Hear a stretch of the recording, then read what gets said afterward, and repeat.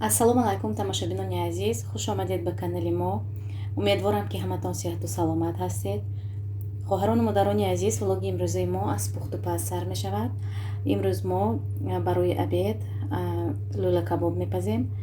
Барои ин ба мо лозим аст як дона болгарии сурх, камтарак думба тақрибан 100 грамм аст, 2 дона пиёз ва 2 то грудка. одами мо бисёртар, барои ҳамин 2 то грудка медозам. Аслан мувофиқи рецепт як дона грудка лозим аст. инро ҳозир ман шуштам, грудкаро, пиёз ва сабзавотро шуштам. акнун аз мясорубка мегузаронем, аз ҳамин фарш тайёр мекунем. барои чӣ ба мо думба лозим? грудка камтарак хушк мешавад, ба ҳамин хотир бо думба агар омехта кунем соч намешавад, ба ҳамин хотир думба медозем. марҳамат, тамошо кунед влоги моро то охира, лайк монед дӯстони азиз. ҳозир фаршро тайёр мекунем ва баъдан ман боз хамир барои хлеб шӯридам ва барои рогалики. хушро омехта мекунем ва баъдан ба холодильник дар муддати 30 дақиқа мемонем, то ки равған камтарак сахт шавад ва баъд формировать мекунем лӯла кабобро. акнун бошад, хоҳарони азиз, то хунук шудани фарш, хамири рогалик тайёр шуд. Рогалик ҳозир месозем ва баъдан давом медиҳем влогамонро. То охири тамошо кунед. Барои начинкаи рогалик изюм медозам. шуштам ман аввал инро.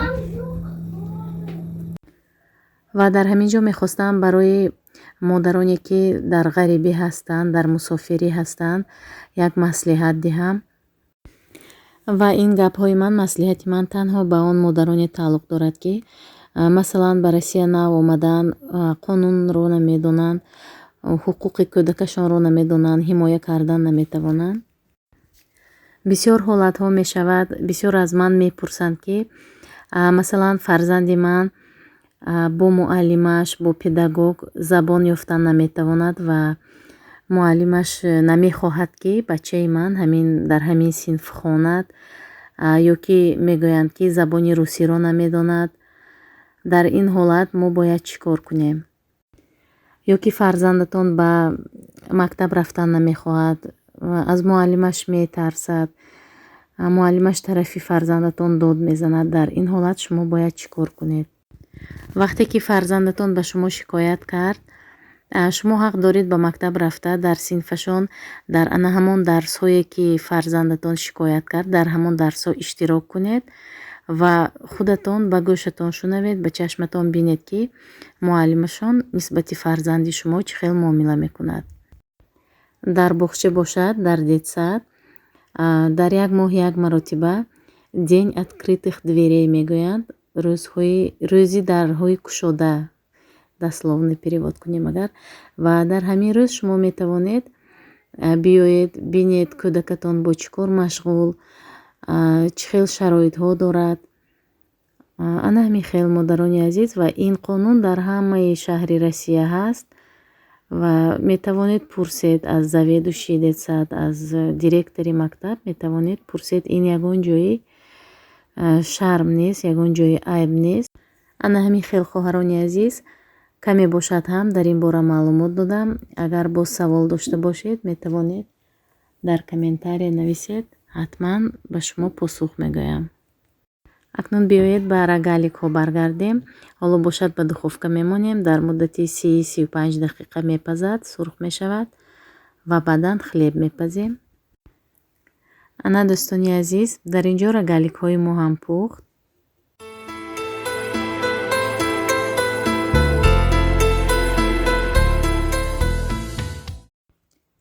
ана дӯстон, лӯла кабоб ҳам тайёр шуд. бениҳоят сочный шуд ва маззааш ҳам болаззат. шумо низ бо ана ҳамин рецепт тайёр кунед. ва хоҳарони азиз, имрӯз мехостам барои шумо косаҳое ки аз гипермаркет харидорӣ кардам ба шумо абзор кунам. барои фарзандом косаҳои смешарик харидам. дар гипермаркети мо 56 рублӣ, скидкаи 70%. ин косаҳо ҳам тарелка доштанд. Тарелкаам нархаш 56 ёки 59 рубл. ва ана ин ранги косаҳоро бинед, дӯстони азиз, чӣ хел рангоранг аст, монанди мултфилм. Беҳад ба ман маъқул шуд ва объёмаш ҳам 500 грамм аст. Майда метобаду, лекин объёмаш 500 грамм будааст. ва ҳоло бошад косаҳоро мешоям ва барои бачаҳом ба ана ҳамин косаҳо обед мерезам. Ба фикрам ки беҳад шавқовар мешавад. Барои обед бошад, дӯстони азиз, имрӯз расольник тайёр кардам бо тифтел. Бисёр перловкашро камтар дохтам, суюқтар шуд. Хайр ҳеҷ гап не, бачаҳо намин хел дӯст медоранд. ҳоло Настенька наомадааст аз мактаб, айни замон 6 кӯдак дар хона. Чойи гарм мерезам, рогалик, хлеби гарм ва расольник мехӯранд барои обед. ба мо иштиҳои таом, дӯстони азиз, ба шумо низ агар хӯрок истеъмол карда истода бошед. Хлеби гарми мо ҳам тайёр шуд, дӯстони азиз. Ният дорам ки ҳатман ба шумо навор мекунам пурра тарзи тайёр карданамро. Хлебро ман слоённый мепазам. Ана бинед, бениҳоят болаззат мешавад, дӯстони азиз. ҳам хрустящий, ҳам болаззат мешавад. кӯдакон хоҳиш кардагӣ буданд ки кулча пазам, лекин имрӯз вақт надоштам. Беҳад ҳамон рӯза кулча маъқул шуд. Тамошобинон, ана дуюм хлебам ҳам пухт. бинед чӣ хел сурхак шуд. Ман як вақтамро ёфта аз аввал то ба охир ба шумо рецепташро влог тайёр мекунам. Дар ҳамин влогам ҳамаашро пурра ба шумо навор мекунам ки чӣ хел бо орди якум намин хел хлеби болаззат пухтан мумкин аст. Ордамо он қадар сафед нест. Ман худам специально намин хел орд мегирам барои хлеб, беҳад болаззат мешавад. ана ҳамин хел, дӯстони азиз, слоённый мешавад. хлеби слоённый ман ба дарунаш равған мекунам. хоҳарону модарони азиз, мехостам поделкаи ҳусейнҷонро ба шумо нишон диҳам. ана ҳаминро аз детсад барои ман овардааст. ман ҳамаи поделкаҳои бачаҳоямро ба шумо пештар гуфтагӣ будам. ба ҳар як фарзандам яктоги отдельна папка ташкил кардагӣ ҳастам. Ба ҳар як поделкаашонро ба ҳамон папка медозам. хотира аз давраҳои кӯдакиашон хайр калонтар ки шаванд, бароишон бисёр шавқовар мешавад. чӣ хел буд, чӣ хел дар детсад бо чӣ кор машғул буданд, бароишон шавқовар мешавад. ва мехостам ба якчанд савол ба шумо ҷавоб диҳам. дар бораи хизмати Рустам пурсидагӣ будед.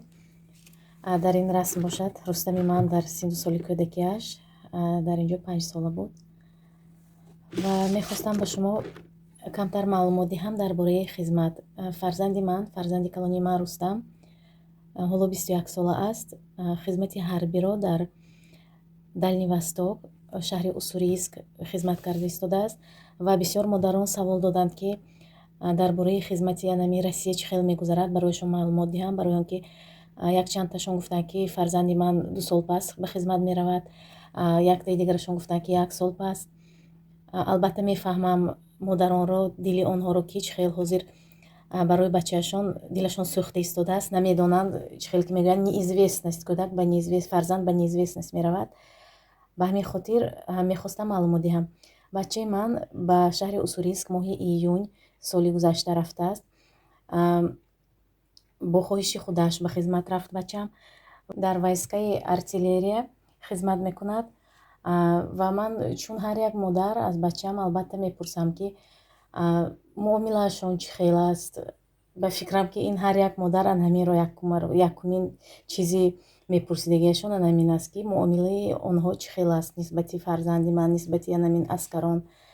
бениҳоят муомилаи хуб мекунанд.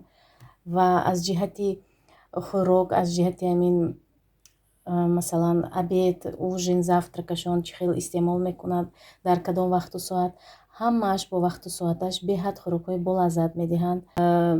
солдатонро хафа кардан, дедовщина, ин хел чизҳо аллакай нест. ба ҳамин хотир, модарони азиз, беташвиш, бехавотир метавонед фарзандатонро ба хизмати ҳарбӣ гуселонед.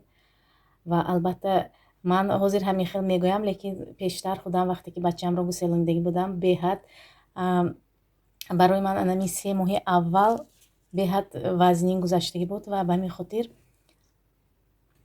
ҳамин хотир барои шумоён маслиҳат доданиам ки хавотир накашед. дар ҳаққи фарзандонатон дуогӯ бошед, ки тезтар бо вақту соаташ хизматашонро адо карда ба наздатон биёянд. Да. Давай, вставай. Тамошобинон дар инҷо Ҳасан Ҳусейнро аз кружок гирифта ба тренировка ҳозир мебаранд. Мехостам дар ҳамин рӯшноӣ сумкаамро ба шумо нишон диҳам. Ана бинед чӣ хел цветаш аҷоиб. ана ҳамин хел хоҳарони азиз. дӯстони азиз, ана ба кружок омадам. Дар ин девор бошад творчествоҳое ки Настенька бо группааш кардааст, дар ҳамин девор аст ва хостам ба шумо камтар навор кунам. Ва дар ҳамин ҷо влоги имрӯзаамон ҳам ба охир мерасад. дӯстони азиз, аз ҳамаатон миннатдор ҳастам, ки дар бораи ҳаёти мо мепурсед, дар бораи саломатии фарзандонам мепурсед, суханҳои хуб менависед. аз якояки шумо миннатдор ҳастам ва ба ҳамаатон тани сиҳат, хонаи обод, хотири ҷамъро хоҳонам. дӯстони азиз, ба канали мо обуна шавед, лайк монед, ҳатман моро дастгирӣ кунед. ташаккури зиёд як бори дигар.